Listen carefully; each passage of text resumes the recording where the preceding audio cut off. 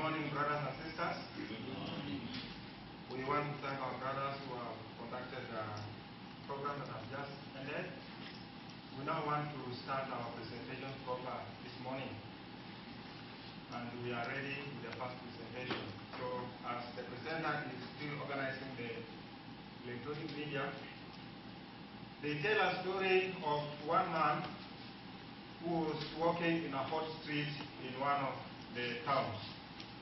So this man, for one reason or another, collapsed in the street and everybody was just passing. But there were two people who were interested in helping this man. The first man stood by and was looking at him. He seemed not to be helping him.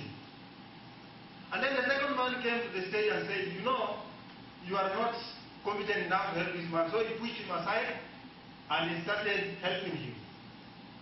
Now the story goes on to say that the second man who came was just a student from the Scouts Club. So he was trying to administer some first aid on this man. And then the first man who had arrived on the scene, who was pushed aside, happened to be a doctor. So when he saw this man struggling with this man who had fallen down, he told him, gentleman, I know you know how to do first aid, but when you are in need of a doctor, I'm just right here. So for us who are conducting this program, we are trying to help the work back in Africa. But again, we have an expert who is leading in the field of missions, Dr. Park. So we are glad to see him here, and please help me to welcome him by show of hands.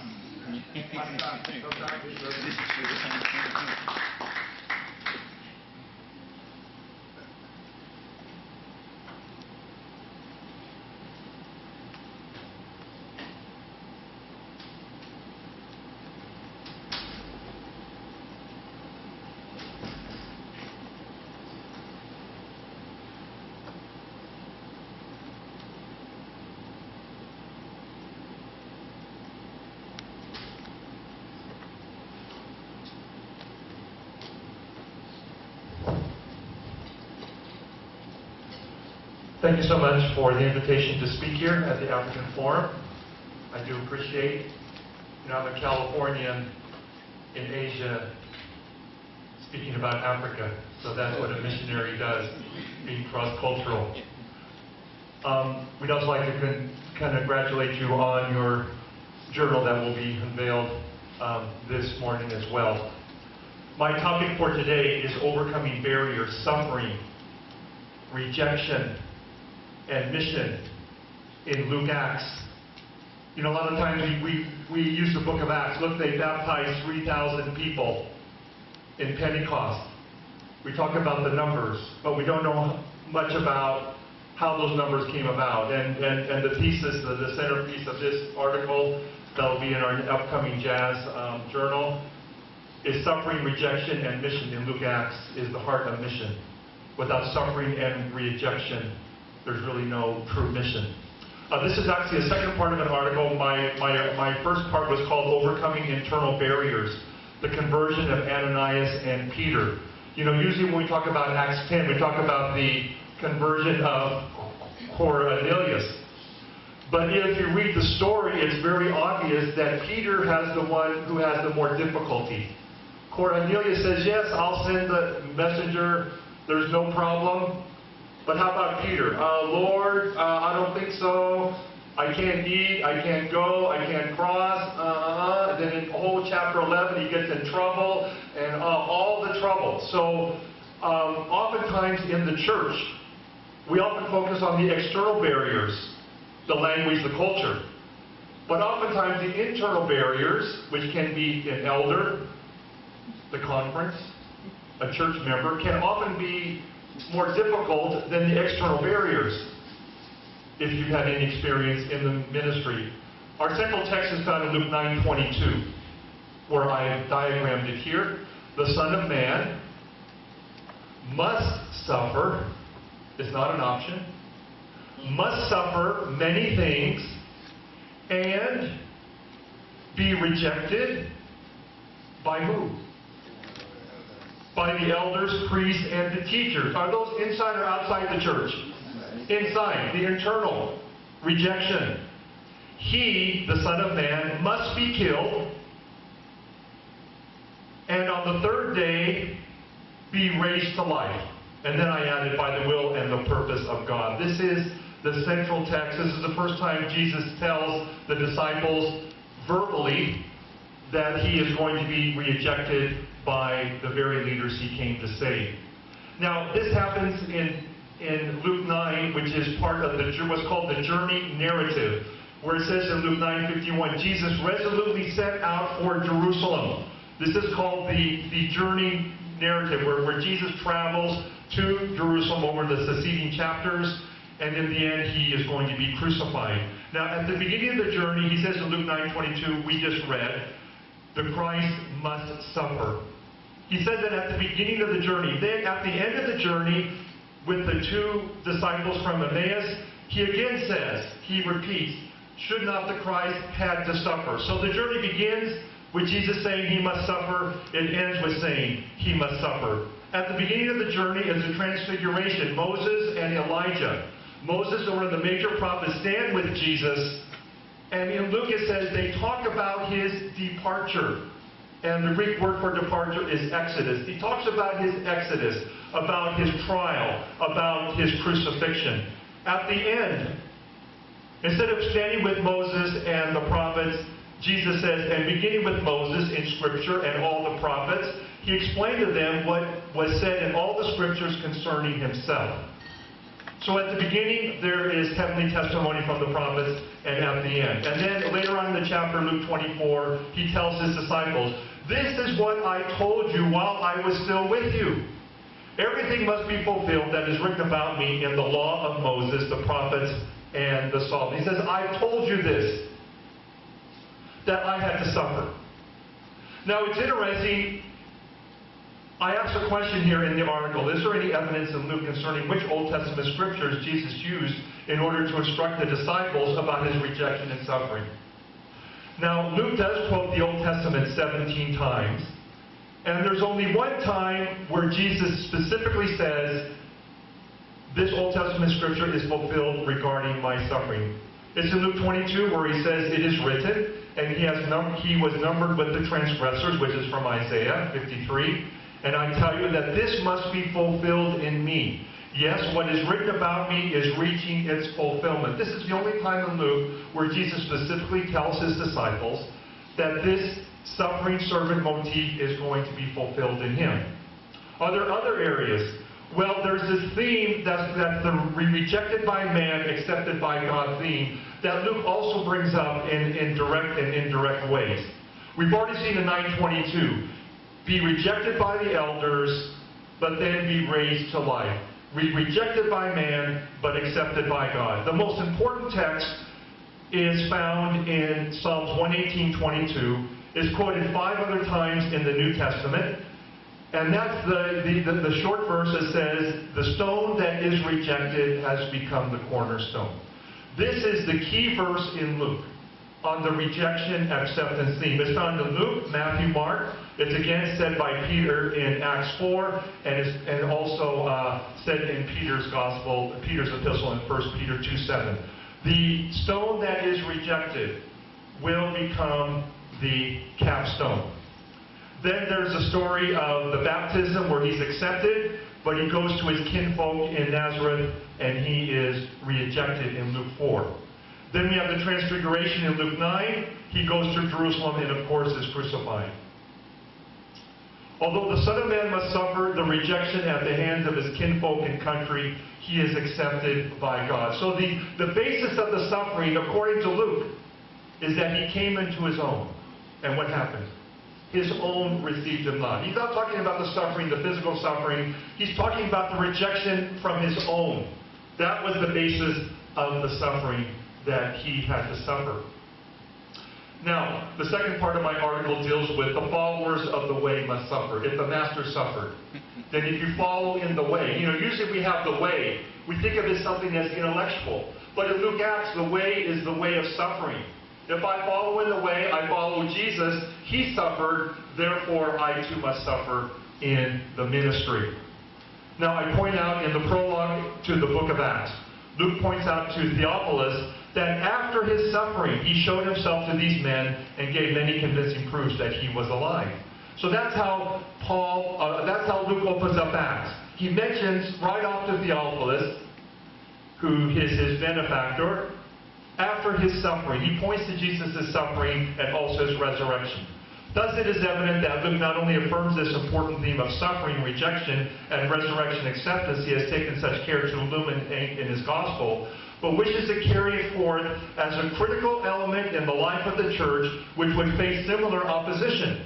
So when he begins the book of Acts, the book of life of the church, he mentions the suffering as a very important component to mission that they will have to endure in order to spread the gospel. There's 23 Old Testament quotations in Acts, and it's very interesting that in the book of Acts, there are more quotations related to Jesus' suffering than in the book of Luke. And one way that I think we can understand that is the disciples were not open to the suffering Messiah motif. He tried to show them, but they were not open to it. After Jesus was raised in the book of Acts, you find many more texts related to this suffering acceptance motif, because now the disciples could understand it theologically and personally. So where do we find these texts? Acts 2, in Peter's sermon, he says Christ will not suffer corruption. It's also mentioned by Paul in Acts 13. Acts 2 also mentions, sit at my right hand, the enemies are a footstool. That is another major text. The one that I really like to point out is in Acts 3, where Peter points out that a prophet like Moses is to arise from among you, and you are to follow him. And then in Acts 7, Peter brings up the text, or Stephen brings up the text in Exodus 2, where the Israelites back in Egypt says, who made you to be ruler over us? And the point that Stephen is trying to make is, why was Jesus rejected? Well, Moses was also rejected. Who made you to be ruler over us? Joseph was also rejected. And he brings up a list of stories, Stephen, about how prophets came. Joseph, Moses, others, and they were rejected by Israel. And so he's trying to say that Jesus, and in a sense him, and to follow Paul, they are in a long line of salvation history that are rejected by the chosen people. And then we have two other texts we've already mentioned. Acts 4, dealing with the stone the builders rejected. Acts 8, of course, with the Ethiopian, the African, talking about, again, Isaiah 53 and the suffering servant. All pointing out direct quotations from the Old Testament dealing with the rejection acceptance issue. Then we have quotations about how Jesus was to suffer in Acts 3, Acts 17, and Acts 26. But the one I really want to focus on is Acts 9:16, when Jesus approaches Paul for his commission. He says, I will show him how much he must suffer for my name. In his original commission given to Paul, he doesn't bring up the number of baptisms, or the number of churches, or the number of epistles he's going to write. He doesn't bring up that number, but he says, by the way, you're going to have to suffer for my name. My conclusion, apparently Paul had to face cultural barriers in his day, because the deity's approval meant earthly blessing. And inasmuch as the desire for health, wealth, and status was the driving motive for participation in the Greco-Roman civic cults. Why did people join the civic cults back in Paul's day? They wanted a blessing. They wanted health. They wanted wealth. Now here comes Paul. Therefore, Paul's suffering posed an immense barrier to the gospel. After all, how could a divinely ordained messenger be the depository of so much affliction? You know, here you're preaching about this God, but you're being shipwrecked, you're hungry, you can't see, you've been stoned, you've been hungry, you don't have much money. Boy, that religion isn't very attractive to us. How can you be from God and be so poor? So he had to face that. Hofmann, who wrote a great dissertation on this theme of Paul and his suffering, and also a book, it's in our library, has argued here and elsewhere on the theological origin, cause, and purpose of Paul's suffering within the framework of his mission. Instead of being a sign of God's curse, the sufferings that Paul experienced placed him squarely in the line of the patriarchs and prophets that without that we're often subjected to the same rejection. Instead of being a sign of God's disapproval, the sufferings that Paul endured were the very thing that sealed his calling as an apostle. He says, you know what seals my calling as an apostle? Not all the churches I planted, not all the baptisms, but I was shipwrecked, I was hungry. This is what I'm going to list. My sufferings as a seal of my calling. Then I say something here that I think is fairly, or I give a question. Could it be in our current study, teaching and practice of mission? This aspect of suffering and rejection is too often left out of the theoretical and statistical frameworks which are often set forth as paradigms of success. Wouldn't it be interesting in our workers' report, we not only have how many baptisms did you have this month, but how much did you suffer this month? Wouldn't that be an interesting change? In fact, I can tell you, if I was a conference president looking for a young man to work in my conference, I'd only have one question for him. Tell me the greatest suffering you have endured, and how did you endure it? Tell me the greatest trial you ever had, and how did you overcome that trial? Well, you know, Pastor Park, I had 11 brothers, and I was put in a hole, you know, and then I went to prison. Wow. Yeah, I think I can trust that guy. I think it's a question to be asked. As the life of Paul and many others have demonstrated, both the personal spiritual existence and the mission of the church is permeated with internal and external barriers that often cause suffering. Those who follow Jesus on the way will meet the same difficulties, the same enmity that he met on the way. As Jesus himself pointed out, the seed must first be buried in the ground and die and suffer if it is to reproduce life. A deeper understanding of the role that suffering, spiritual death, faith, and fruit have in the mission of the church will better prepare both the leaders and the laity to overcome the internal and external barriers, which are often met as the church goes forth to make disciples of the nations until Jesus comes. Thank you so much for your attention. Now I am here to entertain any questions. Yes, Mr. I have Pedro. You have. I have a question. Maybe I will ask you to comment on this because I'm very interested in your. Thank you already for your presentation. I want you to comment on this related to the rejection. And during the war that started in Rwanda, you know Lukanga because we have been there. I've been there. We have less than 25 kilometers from Lukanga, a Catholic university. Not so, I don't know if you visited them, not so far from them.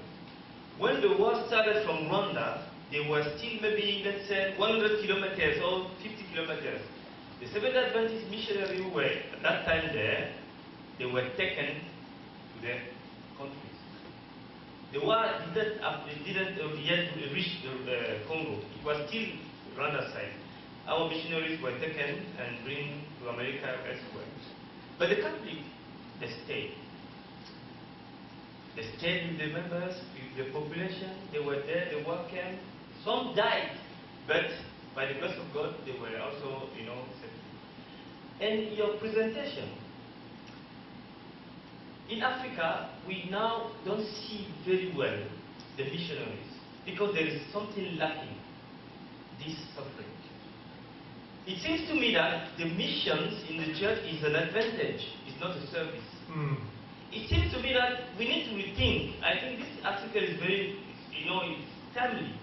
Because when they said, do you want to be a missionary, it seems that it's more related with per diem, with bank account, with advantages. Yeah, with this. we call those mercenaries instead of missionaries. That was mine. Yeah, they disappear when it's like the sea. When trouble comes, they disappear. That's the problem. They don't endure. Yes, Kim.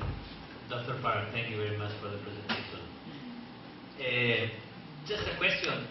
What he presented is very different to the outlook of at least Christianity in the West.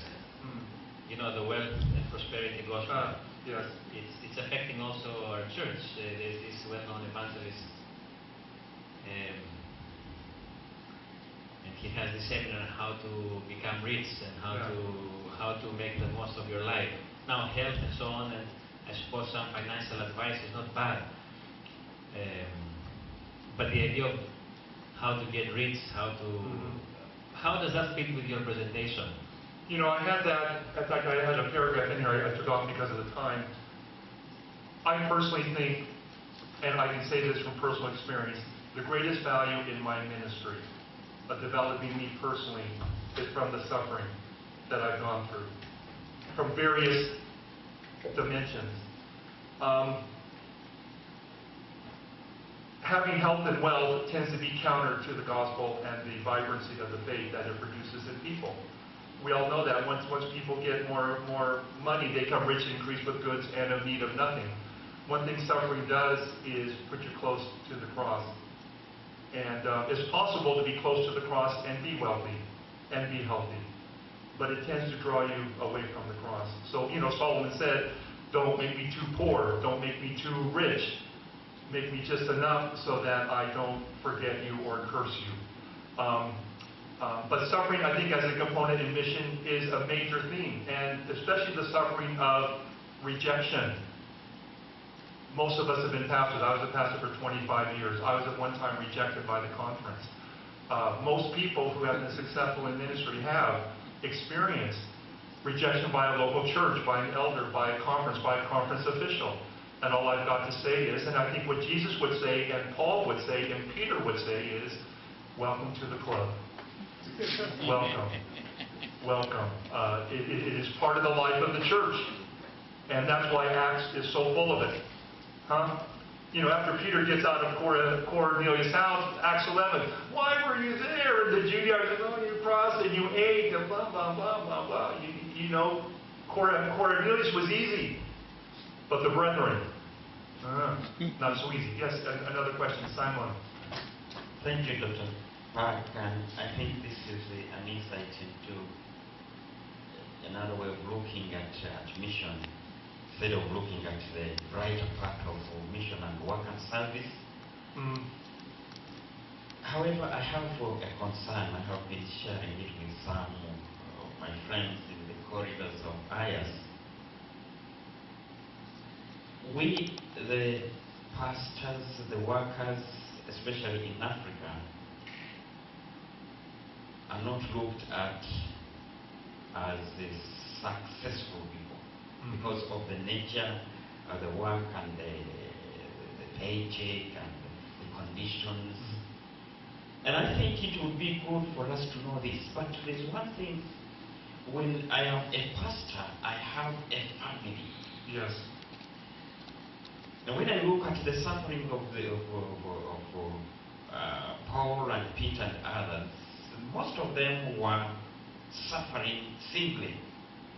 But if the suffering is going to take in my wife and children, it becomes much more hurting. Yes. I don't know what you would advise the church in Africa. Yet we are very reluctant at recognizing the service of young people who would want to serve without being married. In Africa, I don't know whether there is any place we can hear of ordination of a pastor who is not married. What would you advise the church in Africa? Perhaps we need to go that way, because if I were suffering alone, then I wouldn't have so much of the stress. And also my family and the community wouldn't look at me as a failure if I was all alone. But if I have children to go begging and go naked, it becomes terrible. Well, you know, I'm a pastor ministering to pastors. I'm not an administrator. They have other concerns. But personally, if I was a ministerial director of a conference, my number one job to me would be to increase the morale of the pastors. And that would mean compensation, help, right-ness to church, taking care of the family. I think those are all very, very important. I think the conference should be aware that pastors, it is a giving profession. You don't make a lot of money. You have to go forward. They're very difficult circumstances. And I think the conference is there not to create barriers, but to support the pastor and to guide them. I think that's very, very important, that the pastor feels that and is adequately compensated. You know, the Bible says, don't muzzle the ox that treads the grain. There has to be adequate compensation and support of the local pastor. And only pastors can really understand what they need. So hopefully your ministerial director is in tune with what the pastors need and will be your advocate, so that you have a little bit better foundation for ministry for you and your family. Now, Doctor, Yes. I was thinking about, in view of the fact that there are financial constraints in most of the conferences and churches in Africa, what would you advise about shifting a paradigm to ordaining pastors, single pastors? Well, I really don't know that context. We do ordain single pastors in America. It's not very often.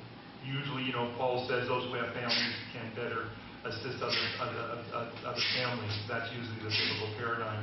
I don't know what the situation in Africa.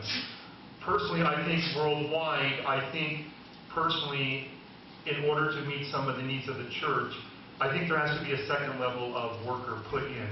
You know, having ordained pastors is very expensive. You have to educate them. You have to pay them a certain amount. You have to give them certain benefits. What I would argue is that a lot of places would benefit from a Bible worker type of person that would not have the education or the benefits, maybe a single person who could be engaged by the church without all the expectation of education and compensation. I think that would be a very fruitful, and I might write an article for Ministry Magazine, because I think it'd be very helpful. And then if they do get married, they can go on, they can be a step towards full ordination. But you might, I think just having one tier of officially recognized workers is too much for the church to afford, education-wise and compensation-wise. So let's create another one, like a Bible worker. A person can start in with a stipend, and then they can prove themselves and go on to fuller compensation. Okay, we have another question? Yes, my friend with 53 churches. You know, the question I want to ask Pastor Moya, he says he visited all of them except one church. You know, I hope when you go back to Africa, Pastor, you do visit that one church, you know, and just to kind of write that one off. Thank you so much, Doc. Yeah. I have two questions. The first one is, when I look at the church, they have always invited trials before time. They tend to invite problems or suffering. I can even give some examples. There was a time when the Pope was going to the US, I think. We saw on TV, I think it should be those offshoots.